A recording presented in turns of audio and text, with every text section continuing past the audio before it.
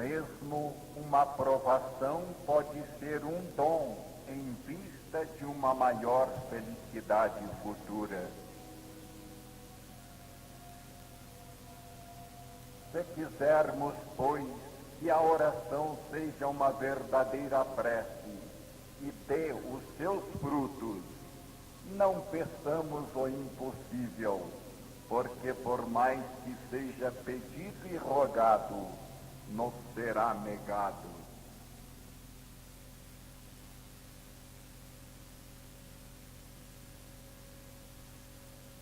Se quisermos reduzir a oração a um pedido de graça, recordemos que o melhor meio de obtê-la é tornarmos-nos merecedores delas.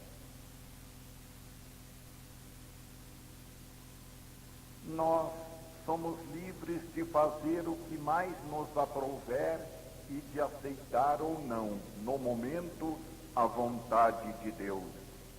Mas, se não aceitarmos hoje, teremos que aceitá-la amanhã, em condições mais onerosas, pois que a vontade divina é que nós consigamos, por todos os meios e a qualquer custo, mesmo com dor, o nosso bem.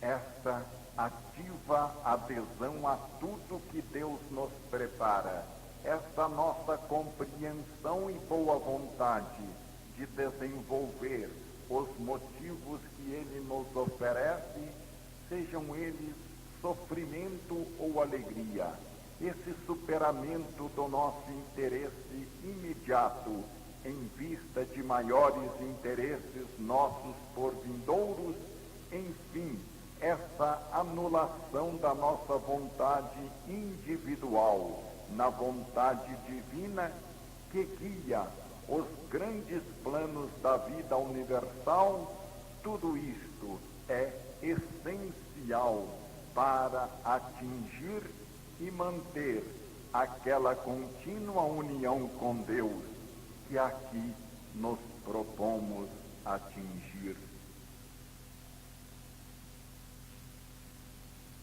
O que realmente conta é o que se é e não o que se possui.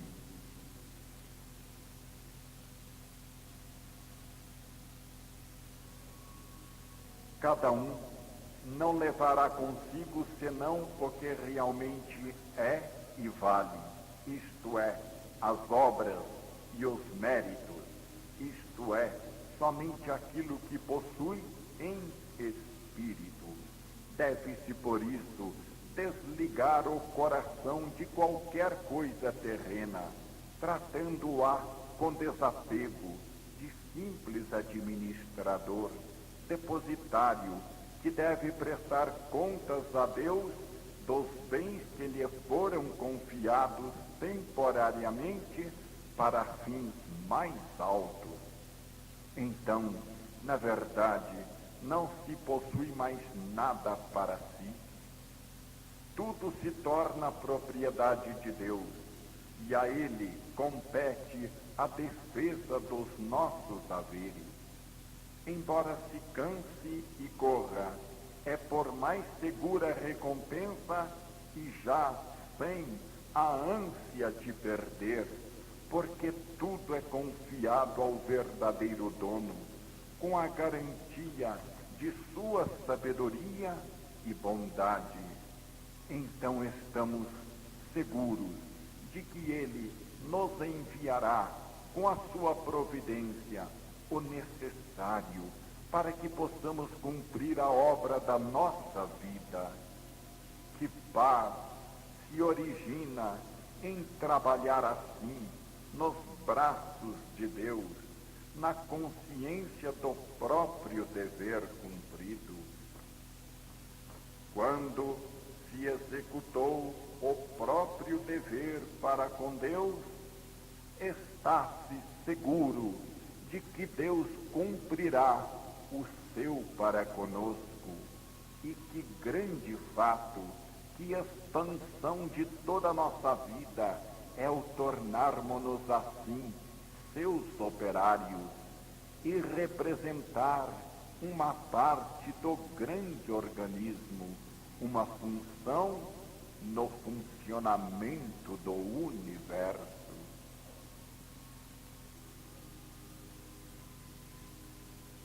A oração só deve ser feita com escopo justo e altruísta, pois de outra forma não se pode produzir efeito, sendo contrário à lei de Deus, que quer o amor ao próximo e não o egoísmo, o bem e não o mal.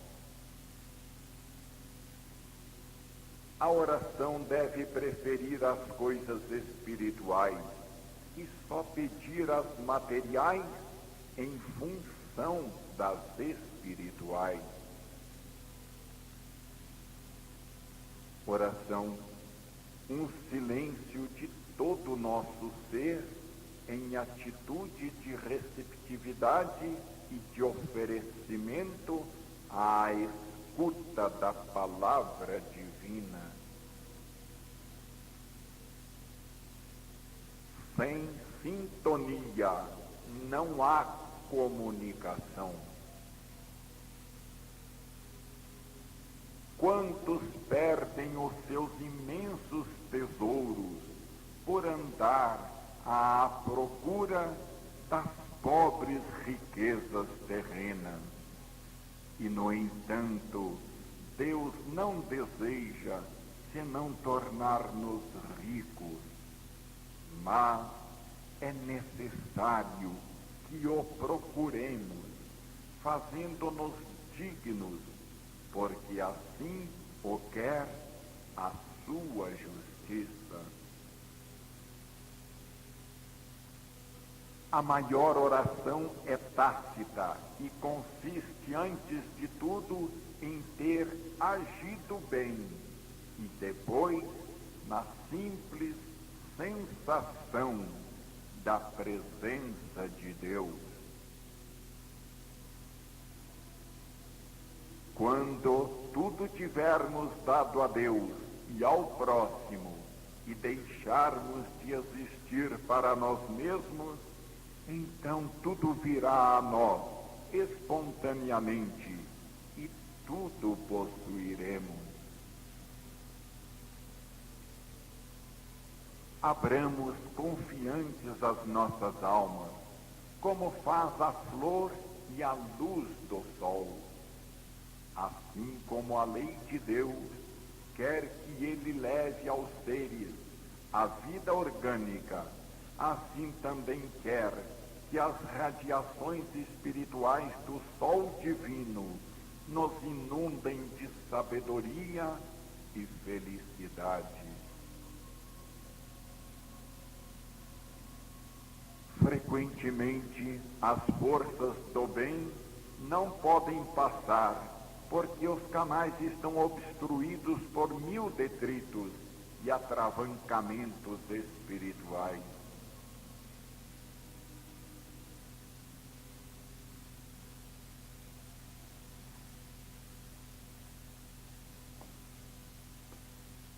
Há ambientes que parecem esplêndidos e que, no entanto, são espiritualmente surdos. E há ambientes paupérrimos, como, por exemplo, a igreja de São Damião, em Assis, riquíssimos de sonoridade e ressonâncias espirituais. Cada um deve escolher, de acordo com a sua natureza, todos os meios que sente que possam, no seu caso, coadjuvar o processo de sintonização com o centro para o qual se dirige e em torno do qual gravita. A alma pode seguir nisto as suas simpatias e atrações, mas deve lembrar-se de que aquilo que sobretudo forma a sintonia é a natureza dos seus pensamentos habituais, pensamentos de cada instante de sua vida, mesmo os que estejam fora do mundo. É o seu caráter e tipo, é a natureza das obras de que ele vive, é a sua afinidade conseguida com o alto.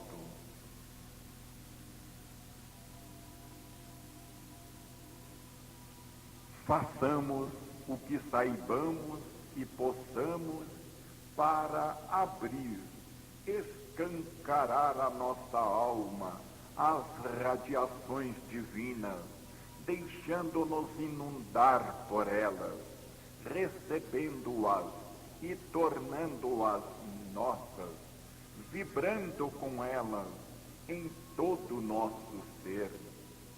Quando tivermos de nossa parte tudo feito para sintonizarmos, quando tivermos sabido tornar-nos receptivos, mais por abandono do que por esforço, quando subindo em espírito tivermos conseguido abrir o canal e estabelecer assim uma corrente entre emissor e receptor, então é o suficiente. A nossa parte está feita e a nossa tarefa executada. Abertas as portas, a luz entra por si. Aqueles que não estejam habituados ao trato com coisas espirituais de tal profundidade, não se amedrontem. Deus, que no outro extremo deseja a união muito mais do que a própria criatura e pode muito mais do que esta, virá em seu auxílio, porque tudo isto está na linha da ascensão, que é o ponto mais vital e central da lei divina. A alma nada mais tem a fazer que secundá-la, permitindo-lhe a atuação. Sem dúvida, quanto mais se é evoluído, tanto mais fácil é percorrer rapidamente e com mais sucesso esse caminho.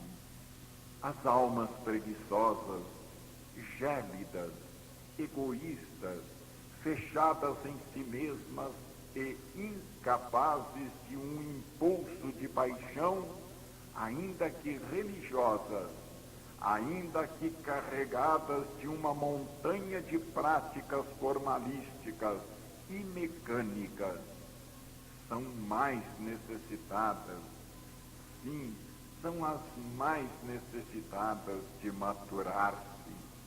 Mas tenhamos fé, porque Deus está presente em toda parte e também a elas auxiliará.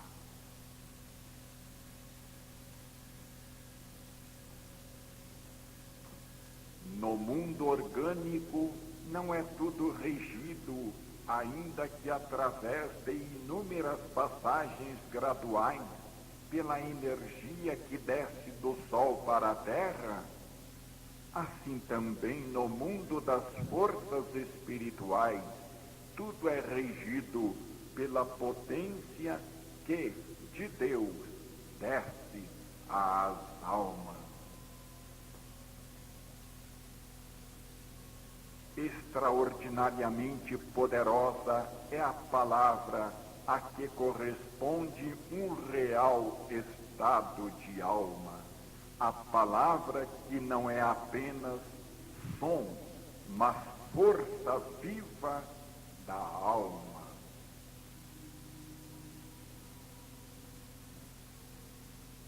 Avançaremos ainda no mundo místico, tremendamente real para quem o alcançou, mas dificilmente concebível para o homem apenas racional.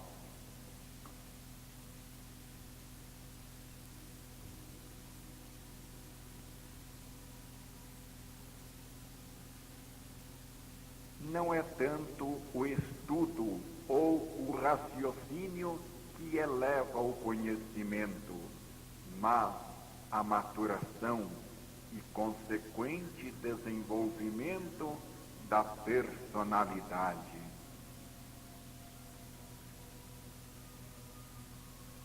Toda obra não pode deixar de espelhar e repetir o grande motivo ascensional, que é a base de toda a orquestração da vida que se expande para Deus. É um canto único de todo ser, canto do qual estes escritos não são senão um eco na alma de um pobre homem que sentiu cantar em si o universo e, em uma férvida paixão, se tornou dele o humilde intérprete. Assim, este canto, começando na forma racional das zonas inferiores da matéria e do nosso cotidiano contingente individual e social, eleva paulatinamente o seu potencial. Assim é que a racionalidade se torna intuição, a observação em contemplação, o pensamento se transmuda em prece, a visão do verdadeiro se faz êxtase, amor, arrebatamento. Então, deixa-se de ser espectador para se tornar ator no grande funcionamento orgânico do universo.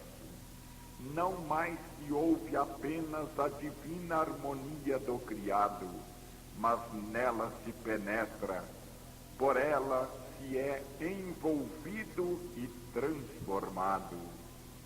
E nós mesmos nos tornamos assim um canto, o canto de vida, uma harmonia de Deus, uma harpa vibrante na divina orquestração do todo.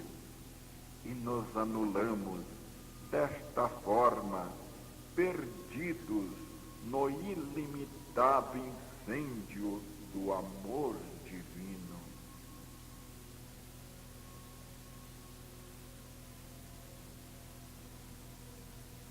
Não mais trevas e tormentas, mas luz e vida. Sobre as ruínas despontam as flores e a vida avança.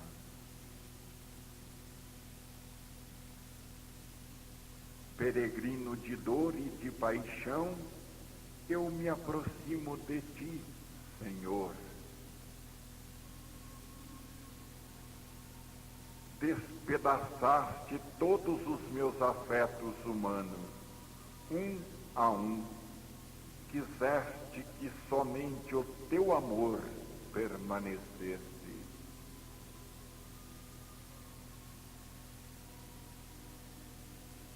E quando o meu coração caiu por terra, ensanguentado, na estrada poeirenta, pisada por todos, tu, então, o recolheste e me disseste: eu sou o teu amor, somente a mim podes amar.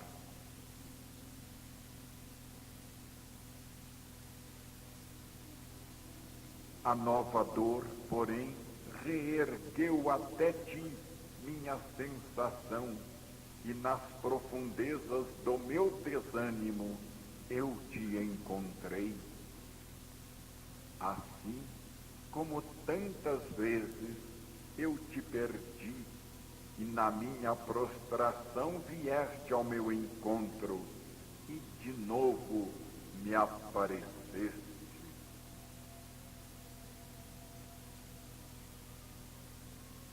A nova dor, porém, reergueu até ti minha sensação, e nas profundezas do meu desânimo eu te encontrei, assim como tantas vezes eu te perdi, e na minha prostração vieste ao meu encontro, e de novo me apareceste. Que desejas de mim, Senhor?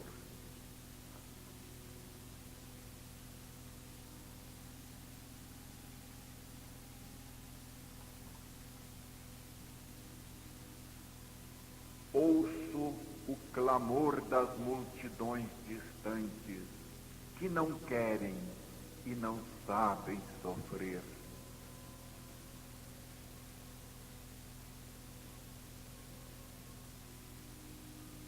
Vivo o teu tormento, meu Senhor, subi contigo até a cruz, tua dor é a minha dor, agonizo e morro contigo.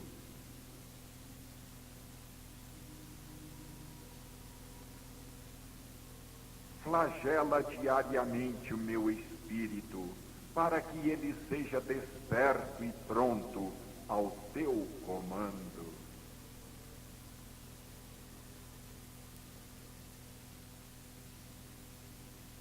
Com a minha renúncia, alimentarei todo dia a chama de amor por ti.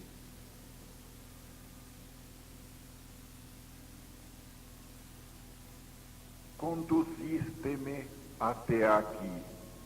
Para quê? Que queres de mim, Senhor? Começo a balbuciar. Toma a minha alma. Estou à espera, vibrando em tensão, sem palavras. Recordo, já me disseste numa hora de trevas, segue-me, segue-me.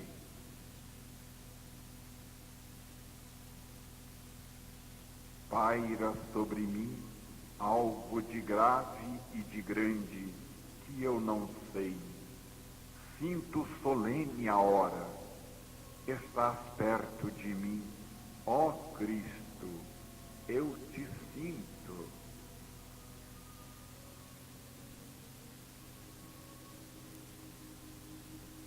Vive dentro de mim a visão da realidade. Eu senti verdadeiramente a terra tremer.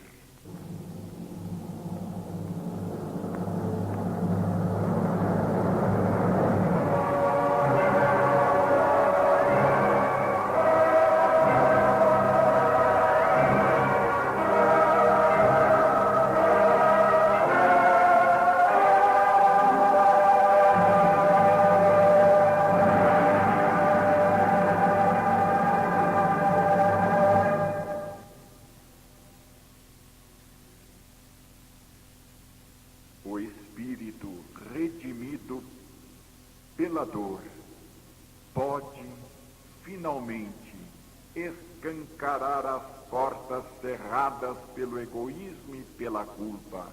Pode abrir-se a fim de que a luz do alto o penetre e o inunde.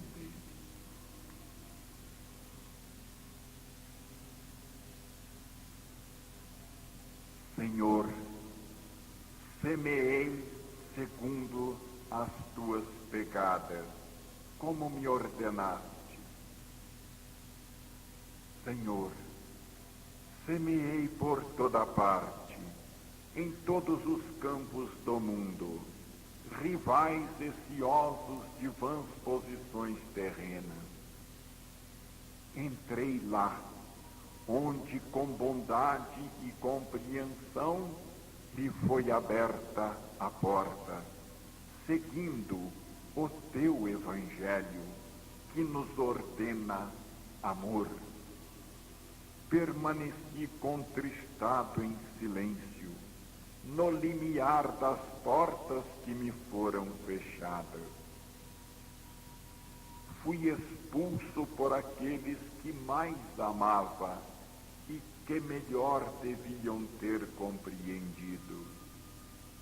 Senhor, ofereço-te esta minha dor. Eles não me quiseram. Oro por eles. Outra coisa não posso fazer. A obra da qual eu sou o servo é tua. Somente tu possuís os meios para fazê-la triunfar. Eu nada sou. Repito-te o meu voto. Senhor, eu sou o teu servo, nada mais quero do que isto.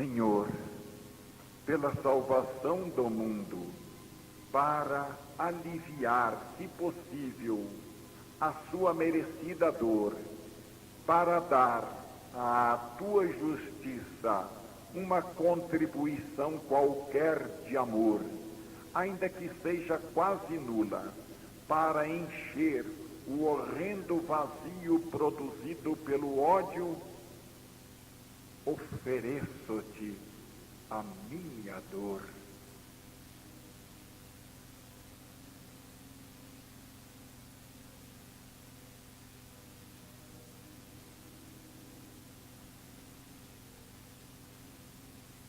Vejo o abismo da barbárie que ameaça as multidões inconscientes.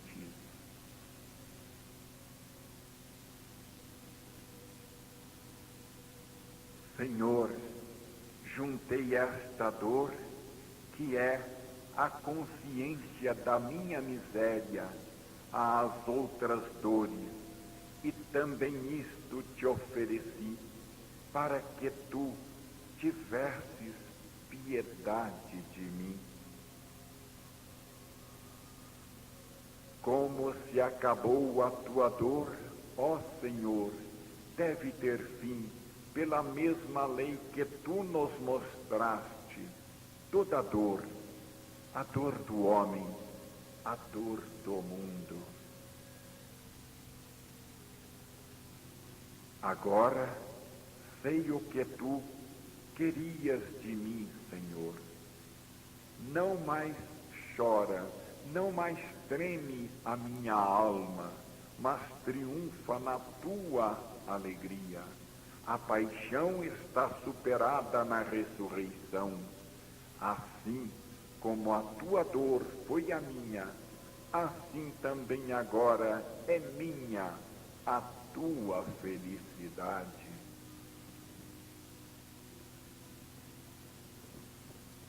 Tu estás comigo, Senhor, e não mais me deixarás. E ele me diz: vai, diz aos homens que não se sofre em vão.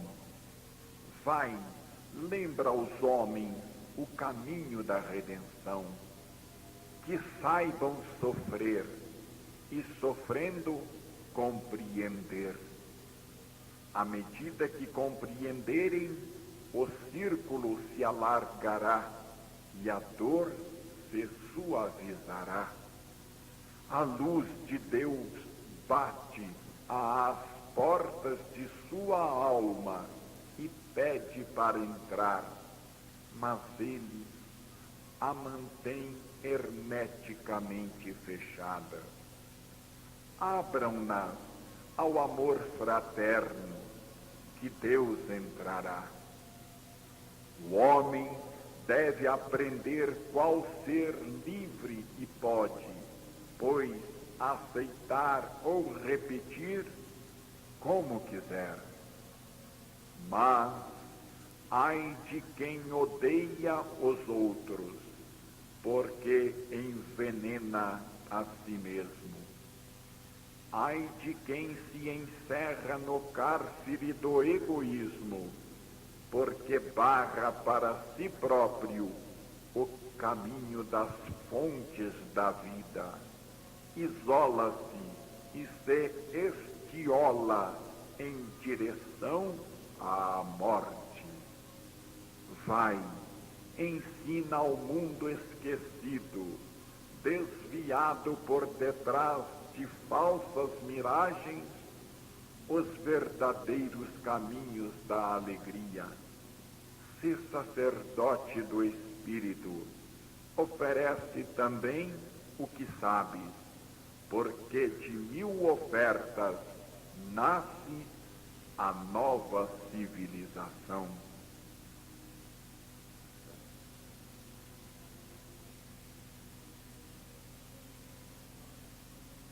Um paraíso ocioso, egoísta e solitário não é paraíso.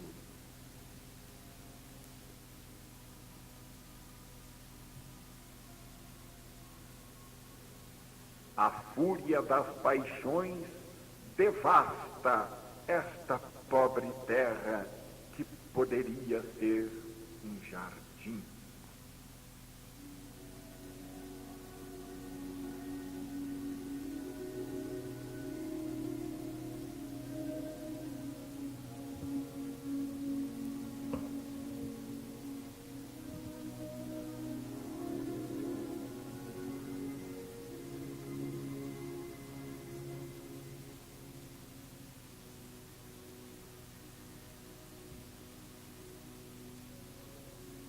Vive-se hoje em um pressentimento de catástrofe universal, sem que se saiba evitá-la. A terra está enregelada sob um manto de dor. Nem mesmo o céu se vê mais sorrir no fundo deste inferno, e a terra parece prestes a abrir-se, ávida por tragar o homem que se tornou fera e criatura do mal.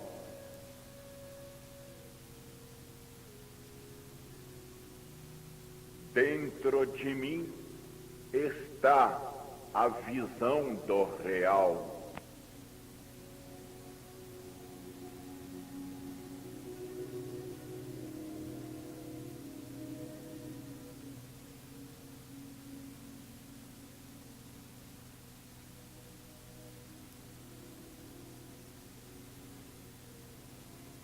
Sim, o velho mundo realmente está no fim.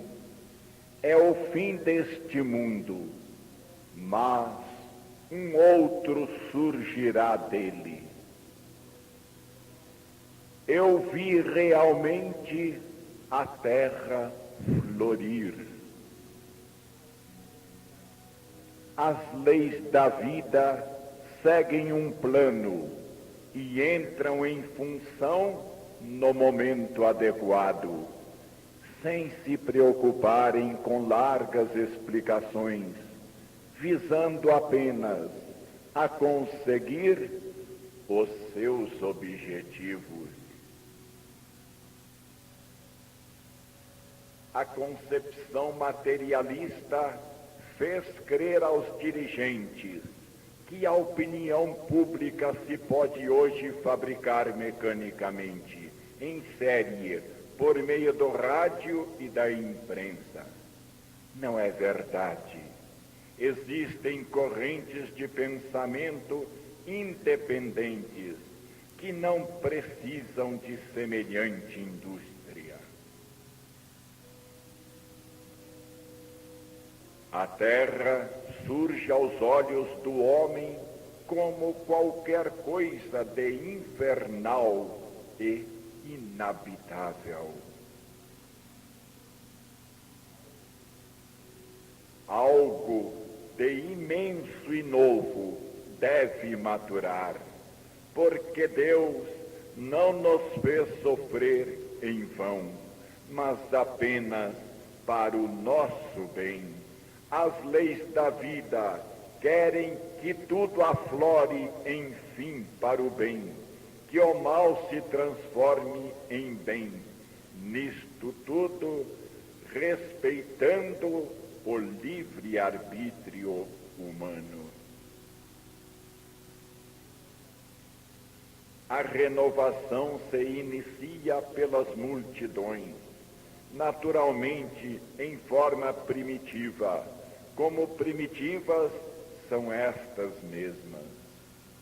Ela se comporta como a maré, como uma inundação que sobe lentamente, em silêncio, tudo invadindo, sobe sem alarido, sem propaganda, sem armas nem conflitos, mas sobe, não provém, como habitualmente, do exterior, de coações, partidos, hierarquias, classes dirigentes, fundamentando-se em meios econômicos e orientada pela vontade humana. Provém do interior das almas, de uma necessidade instintiva, de uma ordem de Deus que fala tacitamente de corações e os arrasta.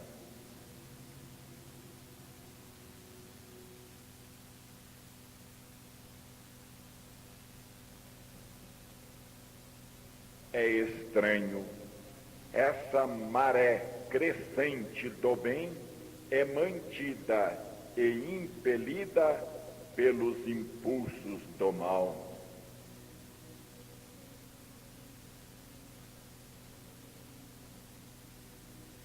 O conflito humano entre ideias e interesses é hoje tão espasmódico que a vida não pode mais suportá-lo e ele não pode deixar de explodir e, com isto, de resolver e exaurir-se.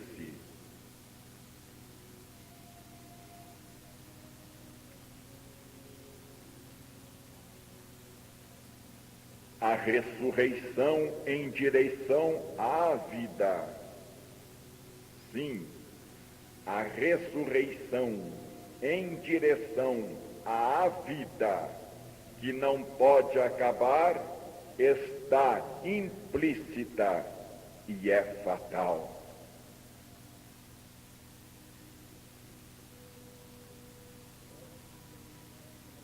O homem desperta hoje através da dor para uma maturidade nova. Ai de quem não se dá conta disto. Estamos hoje em uma grande reviravolta, pelo qual o homem, cansado de suportar os efeitos coletivos da sua universal ferocidade, conceberá um novo ideal biologicamente mais rendoso. O seu herói não será mais um imperialista como Júlio César, Carlos Magno, Napoleão, mas o que concebe o mundo como uma unidade harmônica, cooperante e que só por isso age.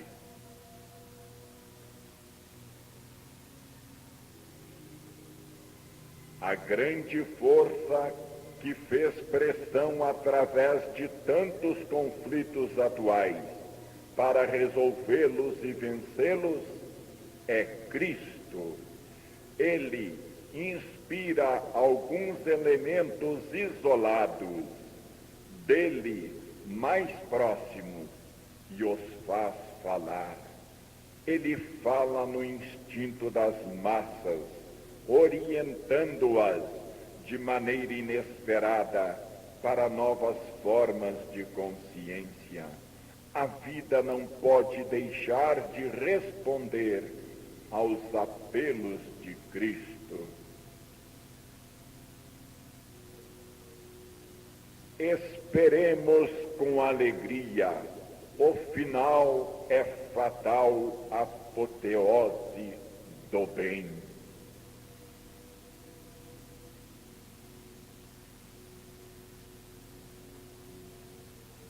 Pela mente, a conclusão do inexplicável não é conclusão do inexplicável, não é conclusão, mas fracasso. Não queremos, de modo nenhum, renunciar à fé, mas queremos, não sendo nem ingênuos nem fanáticos, ser verdadeiros cristãos, isto é, acreditar em plena consciência e com luz, com solidez da razão clara.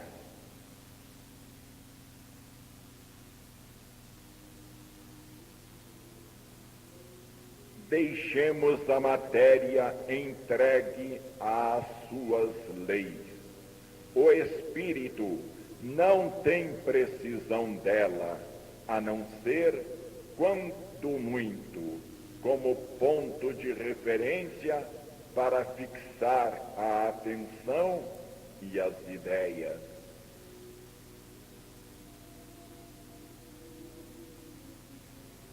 A causa, o motor, não está na matéria, mas no espírito. Deixemos, pois, à matéria o que é da matéria, e demos ao espírito o que ao espírito pertence. E é no espírito que devemos venerar o milagre de Deus, que em momentos tão excepcionais se faz sentir tão agilmente presente.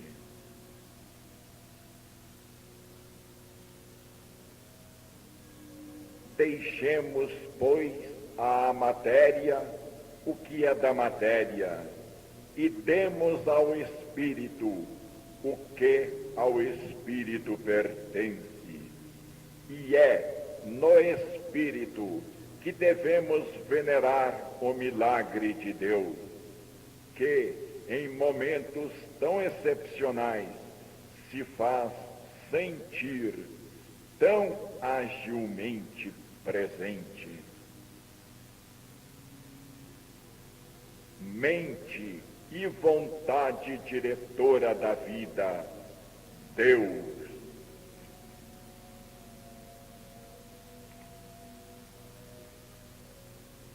Ainda que os chefes frequentemente nada saibam do pensamento de Deus, nem por isto esse pensamento que não se vê e que não é acessível ao involuído rebelde e destruidor, deixa de tudo guiar, mesmo em ação deletéria deste último, para os fins construtivos do bem.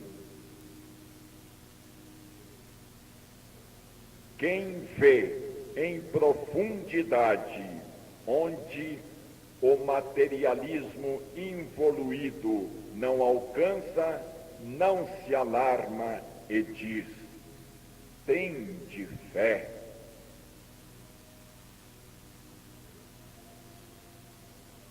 O que quer que suceda, Deus tudo sabe e tudo orienta para o melhor.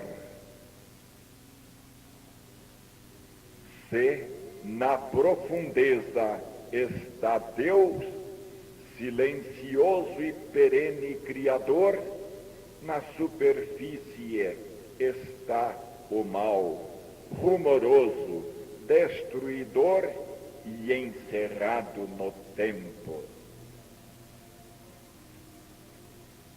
O mal naturalmente se contradiz, e nenhuma psicologia é mais contraditória do que a racionalista moderna.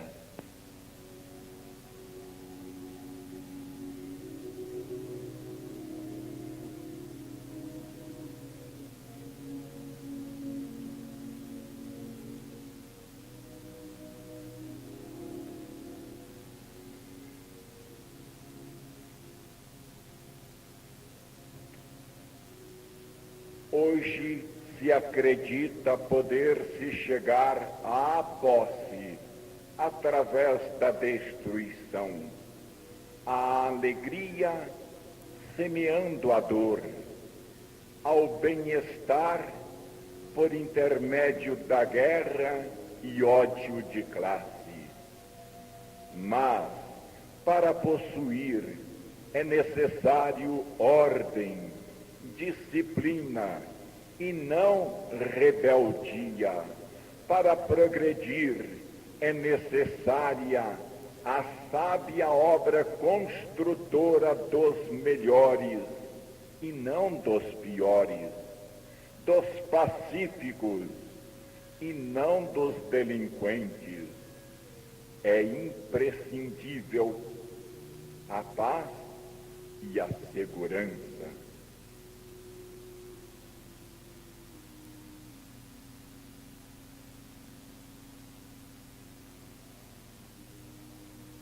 As armas preparam o deserto e a morte, não o bem-estar e a vida.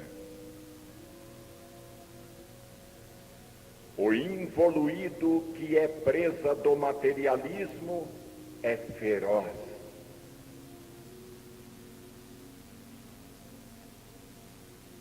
Uma fé que origine esperança em qualquer coisa que supere a miséria cotidiana e a humana insatisfação e salve o homem da desesperação das más horas, é necessária a ele. A fé possui essa função biológica de defesa, de resistência e de recuperação. É uma verdadeira força para a luta, mesmo material. Destruir essa fé é perigoso, porque então se desarma a vida dentro da dor.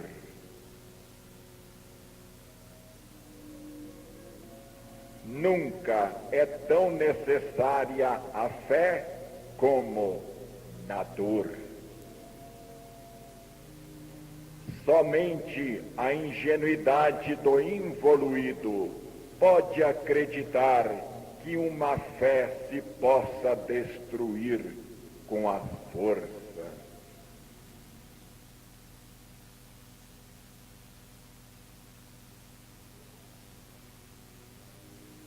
O racionalismo não compreendeu que o materialismo é um impulso negativo que tende à destruição de tudo, inclusive de quem o pratica. O homem permanece um ser com alma.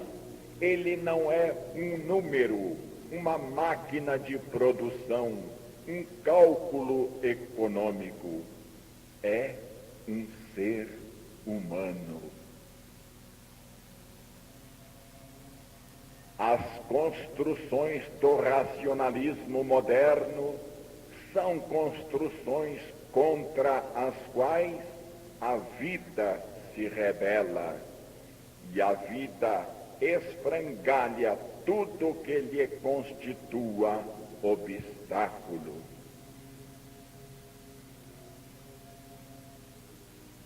Certas leis que representam o pensamento e a vontade de Deus não podem ser plasmadas por nenhum poder humano.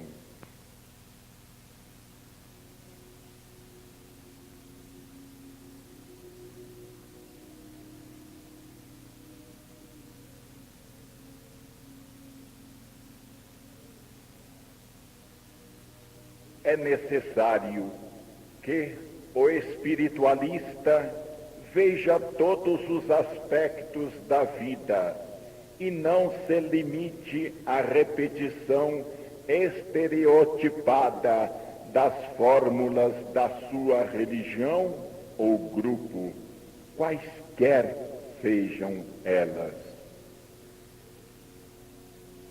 Existem hoje males gigantescos nesta nossa época convulsionada. São problemas formidáveis, mas eles já foram denunciados, sentidos, investigados e enfrentados com vigor e nova fé. Um materialismo é um assalto que invade toda a nossa vida, opondo-se às forças do espírito, mas esse assalto serve justamente para despertá-los e desenvolvê-los. Jamais nasce tanta fé como nos tempos de descrença, e tantos mártires e heróis se formam como sob a opressão. Os dois movimentos, pois, da autodestruição do materialismo e da reação do espírito, concorrem para a mesma meta.